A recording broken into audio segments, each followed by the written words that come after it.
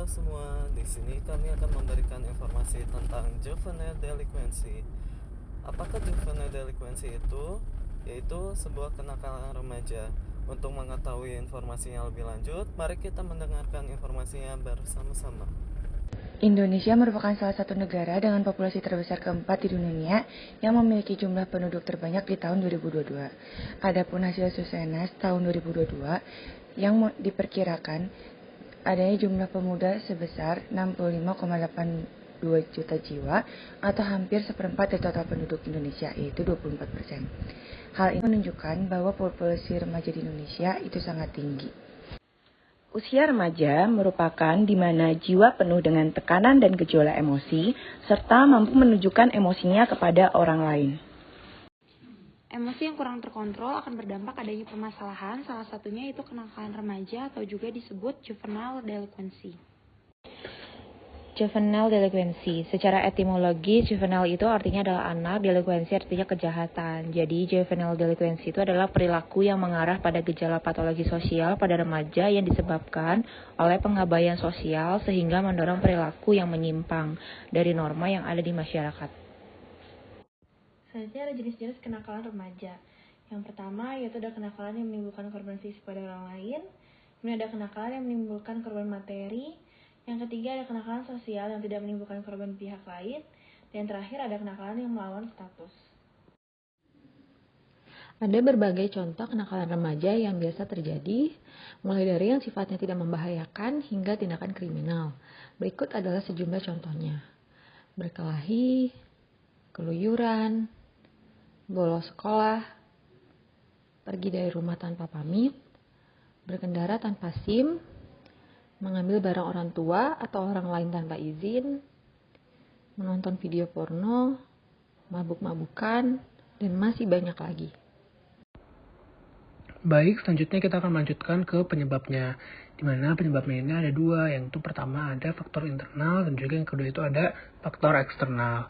Untuk faktor internal sendiri, ini tuh faktor internal kenakalan remaja itu dapat disebabkan oleh yang pertama misalnya adanya krisis identitas, di mana kenakalan remaja ini adalah perbuatan yang dapat dipicu oleh adanya krisis identitas, di mana remaja ini tuh kerap mempertanyakan dan juga mencari jati dirinya sendiri. Namun, kegagalan pencarian jati diri ini dapat menyebabkan mereka melakukan berbagai kenakalan. Lalu, yang kedua ada kontrol diri yang lemah, di mana juvenile delinquency juga dapat terjadi akibat kontrol diri yang lemah, di mana mereka tidak mampu untuk mengendalikan dirinya untuk menghindari perilaku nakal, meskipun sudah mengetahui bahwa hal tersebut itu sebaiknya tidak dilakukan. Lalu selanjutnya kita lanjut ke faktor eksternal, di mana faktor eksternal ini tuh dari sisi faktor eksternal itu penyebab kenakalan remaja itu ada misalnya yang pertama itu ada kurangnya perhatian dan juga kasih sayang dari orang tua. Dimana ketika remaja itu kurang mendapatkan perhatian dan juga kasih sayang dari orang tua, maka mereka itu akan merasa seperti tidak diinginkan. Dimana hal ini tuh bisa memicu remaja untuk mencari perhatian atau pelampiasan dengan melakukan kenakalan di sekolah ataupun tempat lainnya. Misalnya kenakalan pelajar SMA berupa minum-minuman beralkohol, bolos sekolah, ataupun tawuran.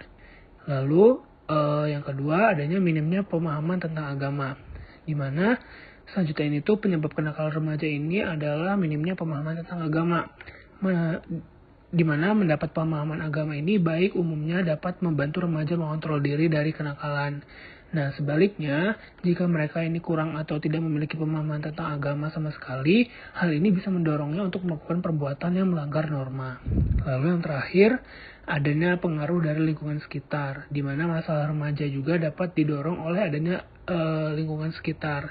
Misalnya, tinggal di kampung prostitusi atau memiliki pergaulan dengan para pengguna narkoba, dan ini tuh dapat membuat mereka ikut terjerumus ke dalamnya.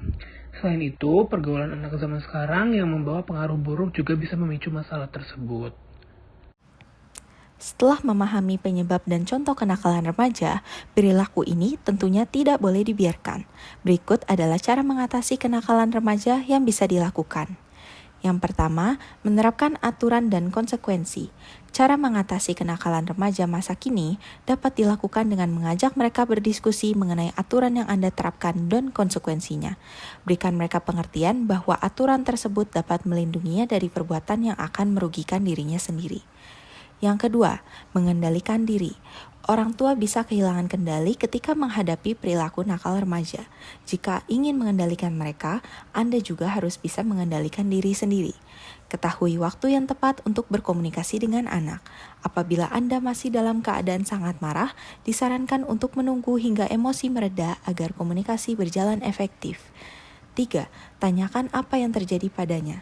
Selanjutnya, cara mengatasi kenakalan remaja adalah dengan menanyakan apa yang terjadi kepadanya. Ketika anak melakukan kenakalan, tidak sedikit orang tua yang cenderung menghakimi mereka. Namun, sebaiknya tanyakan terlebih dahulu apa yang sebenarnya terjadi. Hal ini akan membantu Anda memahami remaja dan membuatnya merasa diperhatikan. Keempat, luangkan waktu untuk anak. Terkadang, sebagian orang tua tidak memiliki waktu yang cukup untuk anak remajanya, padahal mereka membutuhkan perhatian dan kasih sayang. Jadi, luangkan waktu untuk mendengarkan mereka bercerita dan berikan solusi atas masalah yang dihadapinya. Yang kelima, hindari bersikap kasar dan mencela anak. Bersikap kasar dan mencela anak remaja hanya akan membuatnya menjauhi Anda, apalagi mereka memiliki perasaan yang lebih mudah tersinggung. Jadi, hindari melakukan hal ini dan bicarakan dengan baik-baik apabila terjadi juvenile delinquency. 6. Berkonsultasi pada psikolog. Jika perbuatan nakal remaja kemungkinan dipicu oleh masalah psikologis, ajak mereka untuk berkonsultasi dengan psikolog. Ya, dengan begitu Anda dapat memahami apa yang terjadi dalam diri remaja. Jangan sampai perbuatannya semakin merugikan diri sendiri maupun orang-orang di sekitarnya. Selain orang tua, guru maupun masyarakat di sekitar juga harus peka terhadap berbagai contoh kenakalan remaja.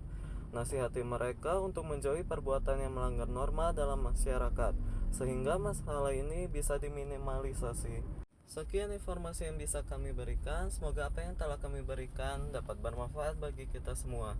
Terima kasih telah mendengarkan. Sampai jumpa kembali.